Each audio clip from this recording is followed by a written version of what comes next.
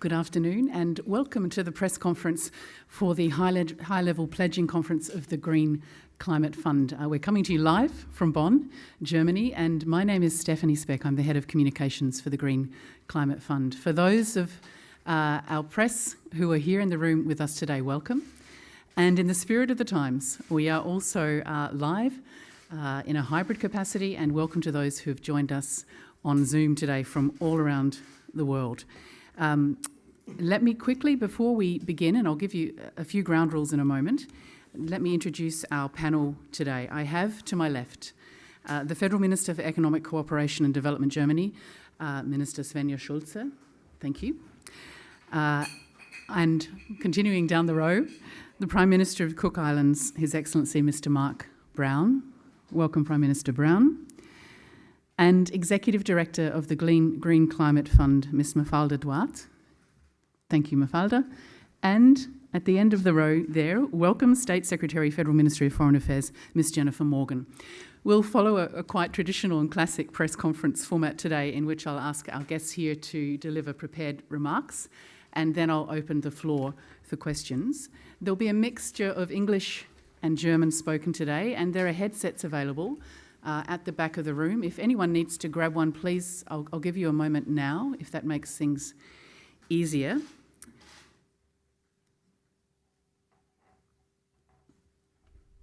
I think we're all comfortable and ready to start. Minister, the floor is yours. Thank you. Thank you. Thank you very much. I will change in German, so please help yourself with the translation. For the German press, it's easier in that way.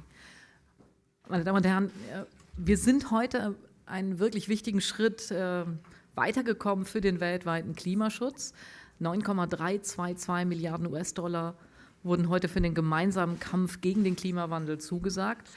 Damit wird der grüne Klimafonds seine wichtige Arbeit in Schwellen- und Entwicklungsländern in den nächsten Jahren weiter vorantreiben können.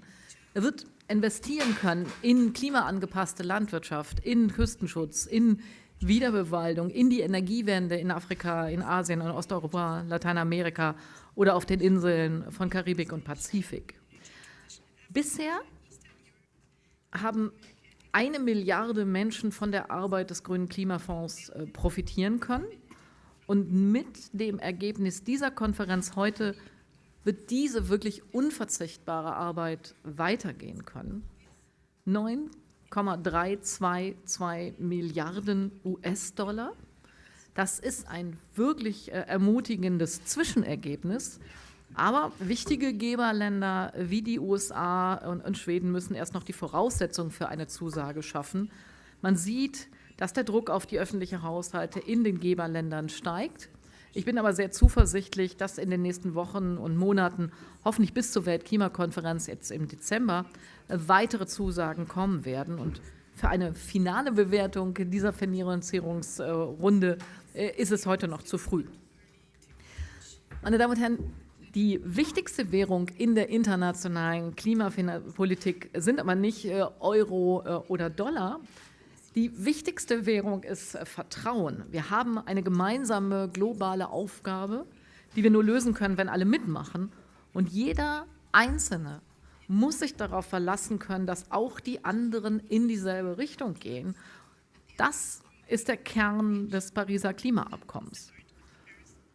Und zu diesem Abkommen gehört auch die Solidarität mit den Entwicklungsländern, die Industrieländer, die ihren Wohlstand auf dem Verbrennen fossiler Energien aufgebaut haben, unterstützen die, die den Weg in die postfossile Wirtschaft oder die Anpassung an den Klimawandel noch nicht aus eigener Kraft schaffen. Und was mir dabei wirklich Mut gemacht hat, war der von Kenia ausgerichtete afrikanische Klimagipfel vor einem Monat. Denn dort wurde eine bemerkenswerte Aufbruchsstimmung deutlich. Es gibt eine große Bereitschaft vieler Länder, auf ihrem Entwicklungspfad das fossile Zeitalter zu überspringen und voranzuschreiten mit erneuerbaren, mit postfossilen Technologien. Und dass das eben nicht nur für Afrika gilt, sondern für viele Regionen weltweit, das wurde auch hier heute in Bonn noch einmal deutlich. Was dafür gebraucht wird, sind massive Finanzmittel für Investitionen in Energiewende und Klimaanpassung.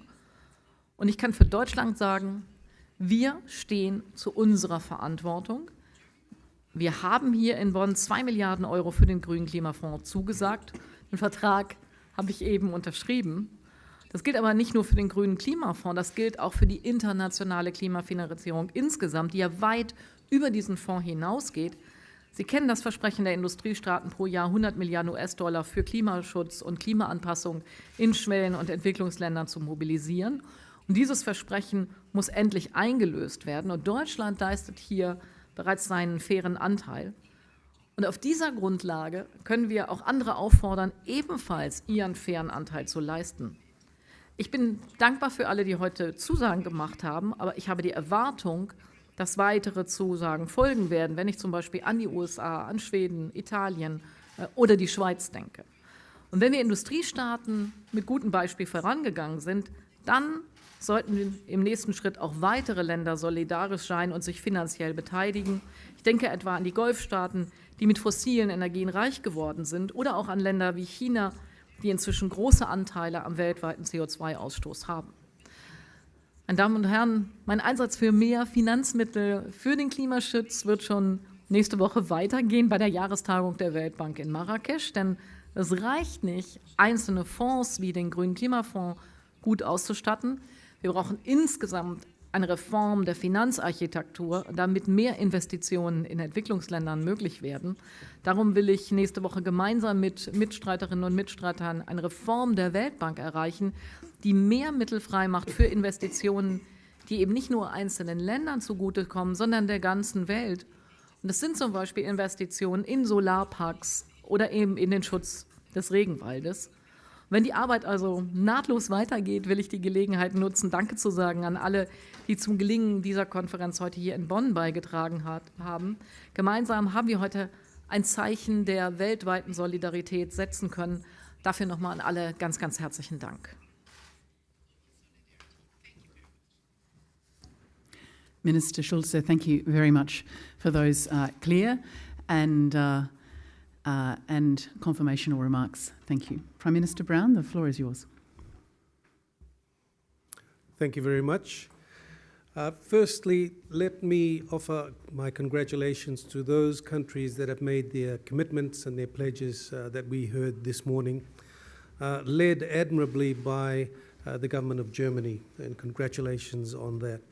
As one of the countries at risk of the impacts of climate change, the Green Climate Fund plays a critical role in supporting and helping our countries build resilience against the impacts of climate change.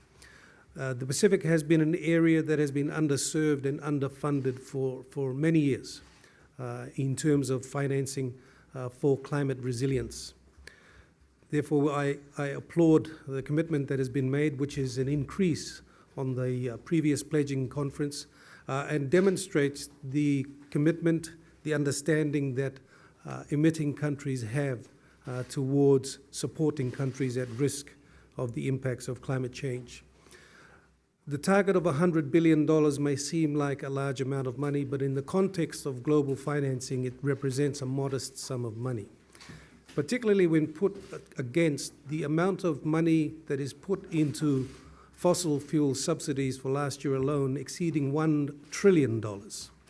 So what we're asking for member countries and their commitments to the Paris Agreement in financing the Green Climate Fund is something that we strongly endorse and strongly support. The Pacific and many countries, particularly small island countries, small island developing states, have found it difficult at times to be able to access climate financing. So I'm very pleased at the way that the Green Climate Fund has evolved since its inception to take into account these challenges that have been put forward by Pacific countries in terms of the onerous processes involved in accessing very critical funds to help build resilience. So the new modalities that have been developed by the Green Climate Fund are to be applauded. We certainly look forward to having that speeded up process. But the Pacific itself has not sat still and waited for this process to take place. We have established and set up a Pacific Resilience Facility, a vehicle that will hopefully attract funding that will go towards resilience building measures, particularly for small island developing states where the resilience needs are quite small on a economies of scale concept. What we're asking for small island communities to build against the impacts of slow onset climate change, the gradual erosion that is occurring in our islands, on top of the extreme weather conditions that now hit us more frequently and much more intensity. Small projects make a big difference in small communities. These are funds that generally would fly under the radar of a normal size application that comes to entities like the Green Climate Fund. But they go a long way towards helping small communities build resilience, strengthen the seawalls where the villages are against the ocean, and it enables them to buy time, if you like, while we push for the rest of the world to reduce its carbon emissions as the only solution to try and reduce the impacts of climate change. Our communities need to buy time to be able to get over that hurdle. And so the investments that I mentioned, the $1 trillion that went towards subsidies on fossil fuel, we need to find a way to turn those that sort of funding, that sort of money towards investment in renewable energy to help countries still dependent on carbon to move towards renewable energy. Thank you very much.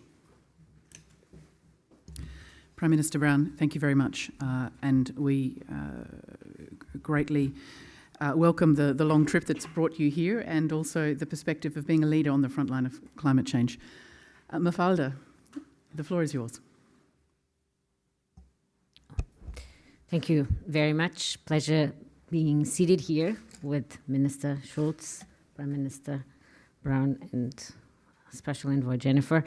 And as you heard me say in the plenary session, I would like to first express our deep gratitude to Germany for championing this replenishment and hosting this pledging conference, and congratulating Germany on its remarkable leadership in climate finance.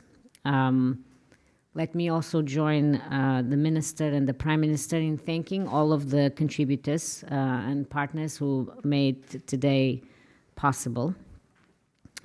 As you, not all of you, but many of you heard this today in this second replenishment pledging conference. We have so far secured $9.3 billion from 25 countries, and 5 countries have announced or signaled their intent to pledge ahead of COP, so in the coming weeks, to provide the support to nations, to developing countries that are really on the front lines of climate change.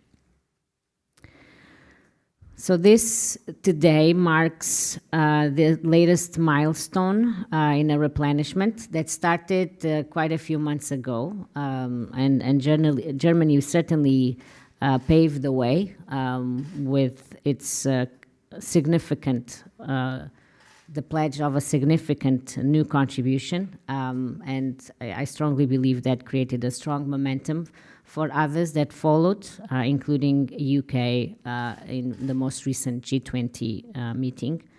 We also heard from several countries commitments at the recent UN General Assembly and UN Climate Ambition Summit.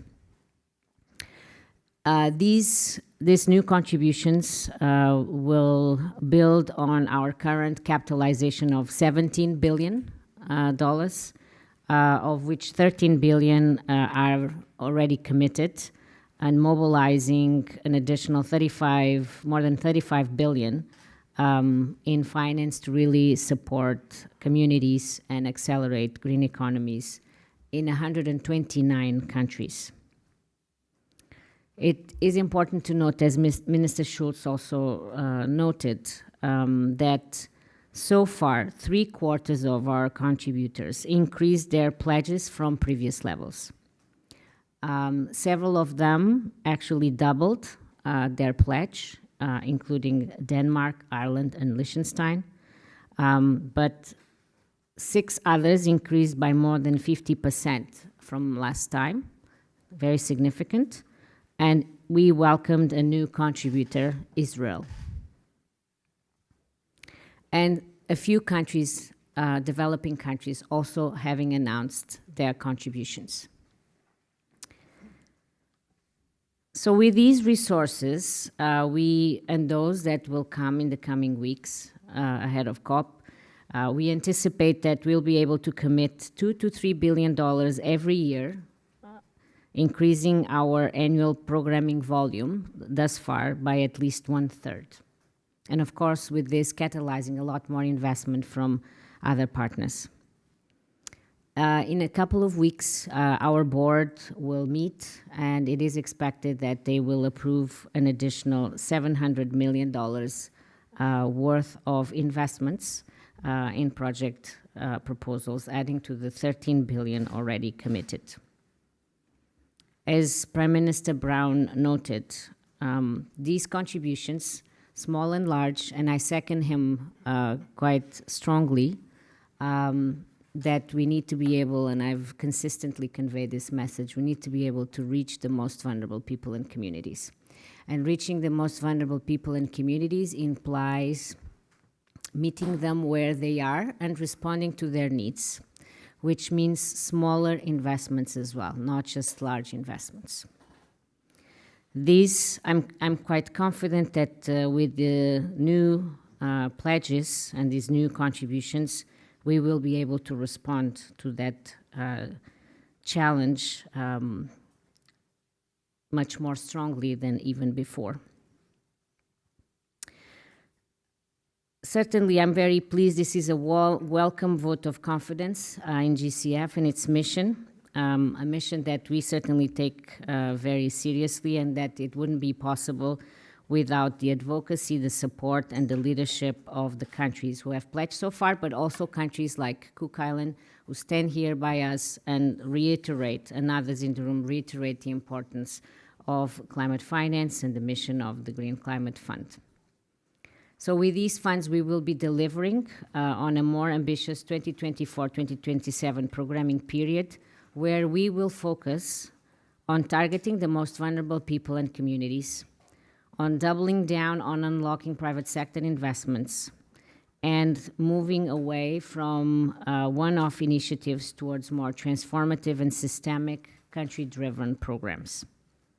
GCF has an unmatched potential to deliver on this. I introduced recently a vision for reform that I hope will allow GCF to build on its track record. It is my vision for GCF to efficiently and impactfully manage a capitalization of $50 billion by 2030. We've called this 50 by 30. The capitalization, of course, is important, but how we'll get there is as critically important. So I have reiterated our focus on reforms, on the needed reforms, on responding to the feedback we have heard from countries. And really making sure that we simplify access, that we reimagine our partnership model, and we really reorient our focus towards the three objectives I highlighted earlier on. We believe that this is a significant inflection point on the road to COP28, because a measure of success in the UAE will be the scale of finance developed countries put forward to show solidarity with the world's most vulnerable nations.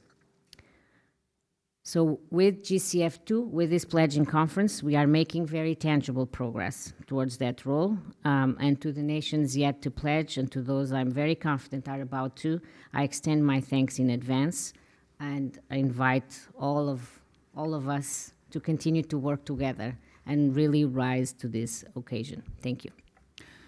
Mafalda, thank you, and thank you for that additional fine detail there too. This information will be available in a press release, which you're able to access via QR code on the door after this event. State Secretary Morgan, the floor is yours. Thanks very much. Thank you very much, dear Minister, Prime Minister, and Executive Director. It's a great pleasure to be here today, and a day that I think is a very significant one. We know that the climate crisis is the greatest challenge of our time, And I think the Green Climate Fund is a symbol that we as a global community are tackling this challenge together in solidarity. And it's not only, though, a symbol, as you've heard, it's also a powerful tool, which is just getting stronger and stronger with every new pledge to build the resilience that we heard about that's needed around the world, and also to seize the opportunities of the green transformation and create sustainable growth. And I think many countries, and this is one of my key things that I've heard in New York, in Nairobi, I was in Beijing last week, but they understand the potential to bring energy, climate, and economic security together. They want to move beyond fossil fuels, and they want to create new jobs and new economic opportunities through the build-out of renewables and investments in green technologies. And Germany is so committed to the GCF because we see it as that transformation accelerator and a key instrument for supporting countries on their transformation pathway towards more climate resilience and climate prosperity. So thanks to GCF investments, climate resilience has been improved for 1 billion people around the world. It has taken actual tons out of the atmosphere that have been avoided. I think also, as you've heard, we think solidarity is very much part of the GCF's DNA, and working to make sure that more and more of the most vulnerable countries are benefiting from it. We took our role on the board very seriously in addressing the concerns that we heard from our partners, and I'm really pleased and have full confidence in our new executive director that will continue, and that the GCF is on a good path to become even more effective, more accessible, and respond even more directly to the priorities of the most vulnerable, and really continue to drive greater innovation, which I think when I travel around the world, I can hear, oh, that was a GCF project. That's now being mainstreamed into this. So I think that's quite important. We've already heard today, I think, of all of the countries that have come forward. And I think one of the things just to remember is that in a moment, a geopolitical moment, where we hear so much about fragmentation, today it wasn't about fragmentation. Today it was about solidarity. Today it was about 75% of the countries that had contributed actually increasing their contributions, and hearing that more are coming and new countries are joining. We take our responsibility very seriously, as you've heard this morning. Therefore, Germany stands by that responsibility. We overachieved our 6 billion euro climate finance goal for 2025, 3 years early. And we, on the 100 billion, based on the assumptions of the climate finance delivery plan, we're confident that that goal will be reached this year. And we're also working very hard, particularly with the most vulnerable countries, to get the new loss and damage fund operational as soon as possible, hopefully within 1 year after it was agreed. And that would be a historic achievement. Just as a comparison, it took 5 years to get the GCF up and running. So we're working to accelerate, and I hope that this demonstrates that we're serious about climate finance and about our promises, that we are listening, and that we're constantly working to adapt our approach. Finally, I think as we move into COP28, when we know that the global stocktake is in front of us, has found that we are not on track on mitigation, on adaptation, or on finance, I think it's never been more important to have a strong GCF which can support countries and the ratcheting up of action across all 3 of those Paris goals. Thanks so much. State Secretary Morgan, thank you very much for that strong reminder of solidarity in the face of the climate crisis, the global climate crisis from which no one is immune. I'm going to open the floor for questions. I'd really appreciate if you can let us know who you are and which media outlet you're representing. Feel free to direct your questions to members of the panel, and I would invite members of the panel to feel free to comment if you would like to have something to add to a panel member's comments. I'll take groups of questions in 3s. Thank you. Thank you. Lukas Scheid for Table Media. So the 9.3 billion are actually less than in 2019. So the total sum actually decreased by 500 million. And we know during the 4-year period, a lot can change. For instance, the U.S. presidency that all of a sudden doesn't want to pay anymore what they promised. So are these 9.3 billion really a success, and isn't it far less than actually necessary? Thank you. I'm happy to take another question, or I'll hand directly over to Mafalda.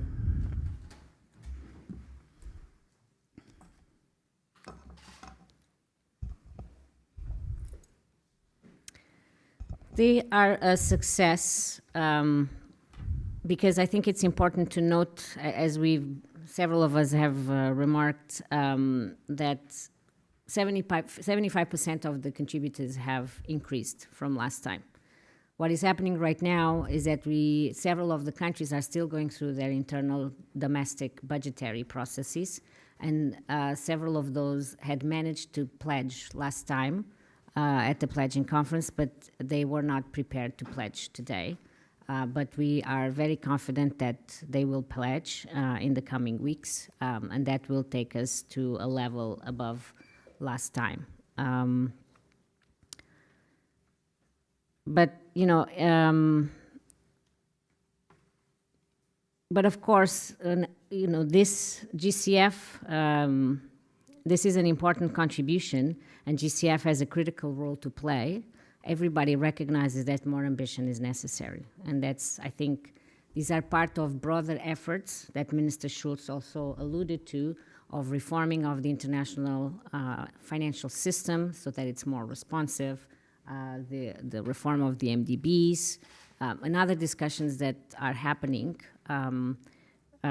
which are necessary to respond to the challenge. So we need to see greater ambition across the board. We need to see further collaboration, more partnerships. This is something that I am also very committed to, is making sure that the GCF uses its platform, quite a unique platform, and the fact that it works with many different institutions and organizations that have never been empowered before with climate finance, and that we enable these organizations to come together for greater impact. Please. Maybe just a thought from my side. I mean, I think the way to consider this is it's not the end, it's the beginning.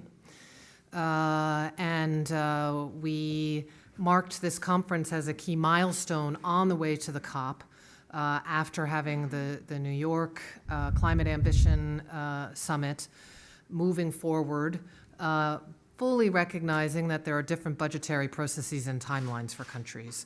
But I think we feel very confident because, as I said, in this moment where there's so many different crises and challenges around the world, that you have such a group that's come together, that's upped their commitments, and that we know that there are 5 more coming, and coming before the COP.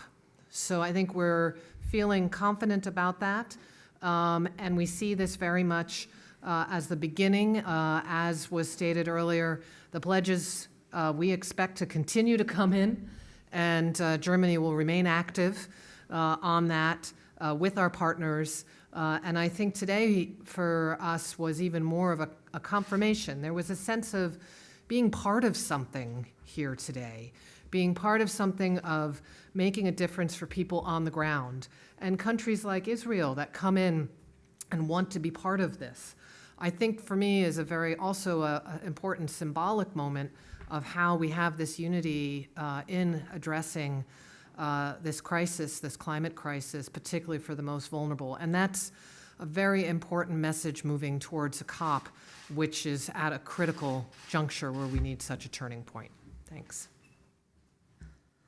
And I would like to underline that it is really the start of the pledging, and we want to reach other states are delivering before the COP, and there are announcements that they will deliver. And I think that what was shown here was really solidarity. I was really impressed by a very, very small pledge, the pledge from Mongolia.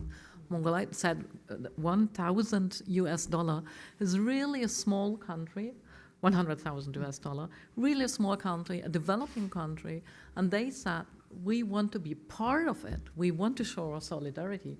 That is really, that shows solidarity, and that means that we tackle the problems together here. That is really shown here today. Thank you. I'm happy to take a follow-up, or please, in the second row. Thank you. Yeah, hello. My name is Sandra Prüfer. I'm freelancer here today for African News Analyst. And just like today, the report came in from a UN report issued ahead of the COP28 that fossil fuel exploration should cease globally by 2030. And the funding to rescue the poor countries of the impact of climate change should reach between 200 billion and 400 billion a year by the same date, so 2030.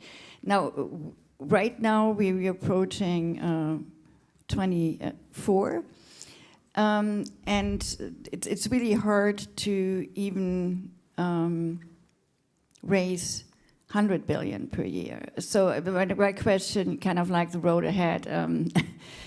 And then the second one, and it also goes to the next week meeting of the World Bank and IMF. Global South countries are currently spending 5 times more on repaying debt than they are addressing the impact of the climate crisis. And climate finance is, majority given as a loan, 21% versus 26% as a grant. So, because you mentioned especially helping vulnerable countries and communities, how can the Green Climate Fund, change that course or address, this issue? And also the need determination report from the Standing Committee on Finance said the Global South countries will require at least 5.8 to 5.9 trillion together to reach their individual NDCs. So the question is, how does the Green Climate Fund contribute to this? Thank you very much. I'll open the panel. Mafalda, you may like to lead.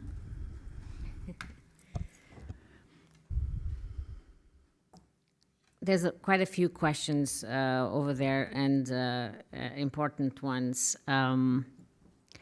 So this is what myself and Minister Schulze were also alluding to, and probably Prime Minister Brown will also have remarks to make.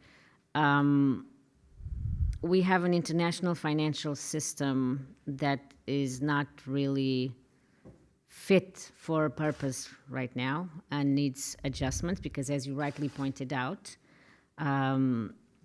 developing countries pay a lot more out of their revenues as part of their revenues in debt. It is 3% in developed countries. It's around 14% for developing countries. Outstanding debt of developed countries are at an interest rate of around 1%. In developing countries, it's 3%. We also saw in response to the pandemic, and then when in fact the impacts of the pandemic were not being felt as strongly in developing countries as they were being felt in developed countries, but it was developing countries that suffered the most from downgrades of the credit rating agencies. And that wasn't necessarily justified on macroeconomic fundamentals. So this is just pointing to several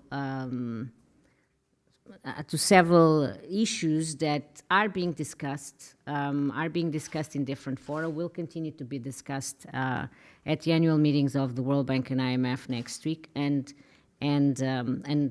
Prime Minister Mia Mottley and the Bridgetown Initiative placing a big emphasis on, so that all of those efforts are really necessary.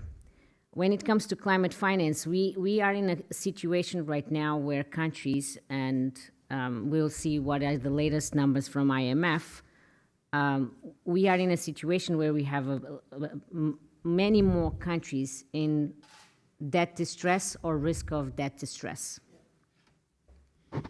which really challenged them in responding to the multiple crises, including climate, which they are already impacted disproportionately. This is not going to be, responding to these compounding crises and challenges is not going to be a one response. It needs to be an aggregation of responses and elements that are being discussed as part of this broader reform of the climate finance architecture. But there are interesting things that climate finance can do and that GCF has started to work on and will continue to work on. So initiatives or modalities of climate for debt swaps that can help on both fronts, on tackling the debt constraints that countries are facing while also supporting them drive more climate investments and climate results. You mentioned the level of funding. So that's one part of the question, which is a big and important one. You mentioned as well the trillions. The trillions, we have to understand, the trillions will come from private investment. We need to use the public investment wisely alongside the policy and the regulatory reforms that are necessary to including what Prime Minister was just saying, the reform of subsidies that are harmful. And if we were just to channel part of those resources of the harmful subsidies towards clean investments, we would be making a great deal of progress. So climate finance, again, these trillions, these will come from private investments. We need to use the public resources to unlock these private investments and really to then use the necessary level of grants and concessional finance to support the most vulnerable and the poorest communities.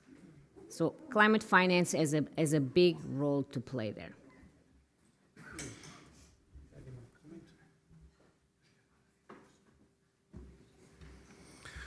I think the question asked requires a broader answer. Essentially, it's not the Green Climate Fund that needs to provide $100 billion. It's the donor countries that need to put the money in to demonstrate their commitment. As I mentioned before, in the global context, $100 billion is a modest sum of money. Today's global GDP is $105 trillion. $100 billion represents less than 0.1% of that global GDP. In 2015, when we look at it, global GDP was $75 trillion. So it's grown 30% since 2015, but the value of that 100 billion has declined by 30% over that time. So it's not saying the money is not there. Certainly, as Mafalda indicated, the money is in the private sector, but private sector investment requires a return. There is a lot that is required by vulnerable countries in investment that cannot provide return. This is where grant funding becomes important. We've been advocating for many, many years now that funding that comes to small island developing states, vulnerable communities, cannot be in the form of borrowing, of loans. As we heard, in many cases, it just adds to debt distress of existing countries. More than that, though, from a moral perspective, countries like ours should not have to borrow money from countries that cause the climate emissions in order to protect ourselves against the impacts of those emissions. So it should be focused on grant funding. With all private investment, we have to look at where the opportunity is and where the value is to be able to make those investments worthwhile for the private investors. So far, the investments in fossil fuels has proven to be very, very profitable. The current situation of Russia and Ukraine has seen price of fossil fuels increase, which has led to significant profits from those who are in this industry. We need to have to divert that investment into areas of renewable energy, into the areas of critical metals. These are where returns can be made in shifting away from fossil fuel to green energy. It's not going to be simple. The Green Climate Fund is part of a package that the world has put together to address this. But at the end of the day, commitment by countries who are significant polluters in putting funds towards helping countries combat climate impacts, and also committing to their carbon reduction targets. Those are the critical things that matter. Thank you very much, Prime Minister Brown. Would any other panel members like to add? Yes. There's about 5 minutes left, and we have quite a list of questions that have come in on Zoom. Thank you for those.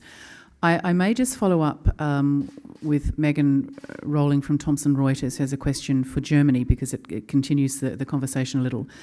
Megan's asked, please, could you elaborate on when we will know if donors have contributed $100 billion in climate finance this year? Will it be before COP28? And how is that being calculated? How will it be announced?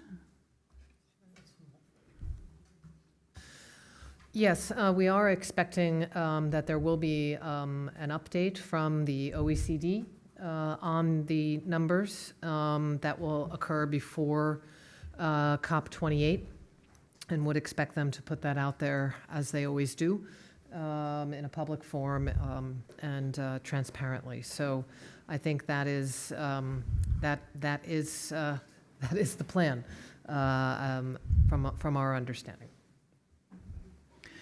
Thank you very much. If we don't make it through the questions on Zoom today, I will take note of those, and we'll come back to you with, we have your details, we'll come back to you with some answers. So don't fear. If you're not here in the room and we don't get to you, we will respond. I may just quickly address the question from Richard Naidu from the Islands Business Magazine in Fiji. Welcome, Richard. I have the feeling you're up very late. You've made a comment that today's comments seem to be a very optimistic outcome of GCF commitments. And in view of the upcoming COP28, how do you see the prospects for accelerating the decarbonisation process of the global energy grid if the major emitters such as China and US are not committing to reduce emissions? I'm opening that up for the panel. I think Prime Minister Brown touched on that actually in his remarks. I'm happy if you want to take a second stab at that, sir, or if someone else would like to comment. Thank you. Well, yes, I guess we can elaborate a little bit more. Two of the biggest economies in the world, one of a developed economy that has made commitments to its carbon emissions. It'll be a challenge, but it's demonstrated that with the passing of its Inflation Reduction Act geared towards supporting decarbonising the economy in the United States. So it is a work in progress. As for China, again, one of the countries that is looking to lift its people out of poverty and increase prosperity. So dependence on energy, and cheap energy at that, is critical for large population countries, not just China, India, many of the other countries in Asia. This is a real challenge for global economies, for how do we help and support these particular economies reduce their carbon emissions, move towards alternative energy sources. And I don't have the answers other than to say we need to do it. But finding a road to how we do it is going to be the real challenge. Thank you very much. We have several questions here. My panel members can see these in front of us. There's a question from Bloomberg addressed to State Secretary Morgan, asking about your recent trip to Beijing and the loss and damage funds operationalisation. Welcome to address that, State Secretary Morgan. Thanks so much. I'll be quick. Certainly in the negotiation on the loss and damage fund and the mosaic around it, the question of who pays into the fund and who receives the funds are two of the key issues. I think from the European Union perspective, we think that the most vulnerable, the particularly vulnerable, that is what we agreed last year in Sharm el-Sheikh, should receive the funds.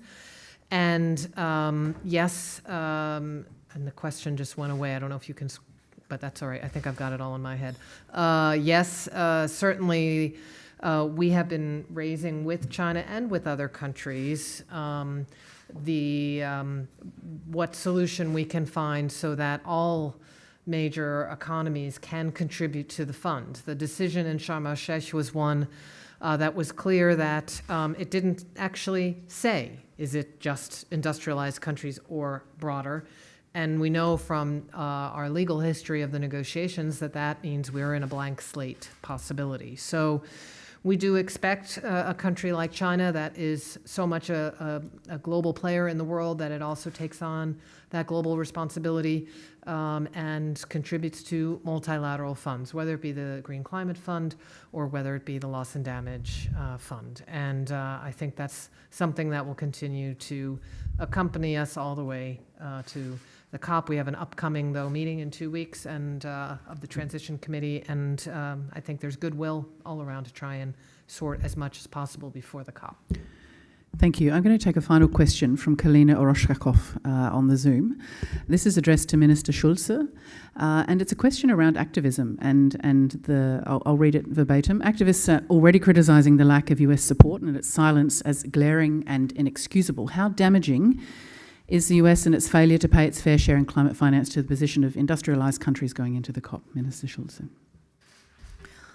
I think that it is a good signal that the US is back in the climate agreement, that they are back in the Paris Agreement, and they have budget restrictions. We can all follow these negotiations they have with the parliament, but the government, they announced contributions, and I'm optimistic that they are really willing to deliver also money. I think we should do more pressure on others who need to contribute for the first time. So China, the Gulf states, they all are contributors, partly big contributors, and they also need to deliver their fair share. And this international pressure of all the countries who need to pay, I think this pressure is needed, and that is what we are doing. Thank you very much. I'll draw the press conference to a close now. For those who've submitted answers and questions, there's quite a few there. We will come back to you. If you're in the room and you'd like to access, I believe my German colleagues have a press release here available, and you can scan our QR code at the back of the room for the GCF press release, and there you'll find a list of all of the countries who've contributed today, the amounts, so that they can contribute towards accurate reporting. Thank you for your time. We appreciate your interest in the replenishment of the Green Climate Fund today. As we've stated loudly and clearly today, this is the start of the process. We look forward to other announcements and intentions to pledge in the road to COP. And you're very welcome to join us for this afternoon's panel sessions, where we'll be looking at the topic of flexible climate architecture, how that needs to change, and also the changing geopolitical landscape, and therefore what climate justice and climate leadership looks like, and the role of GCF in that changing landscape. Thank you for your time. Thank you to the panel members, and I wish you a very, very good day. Thank you.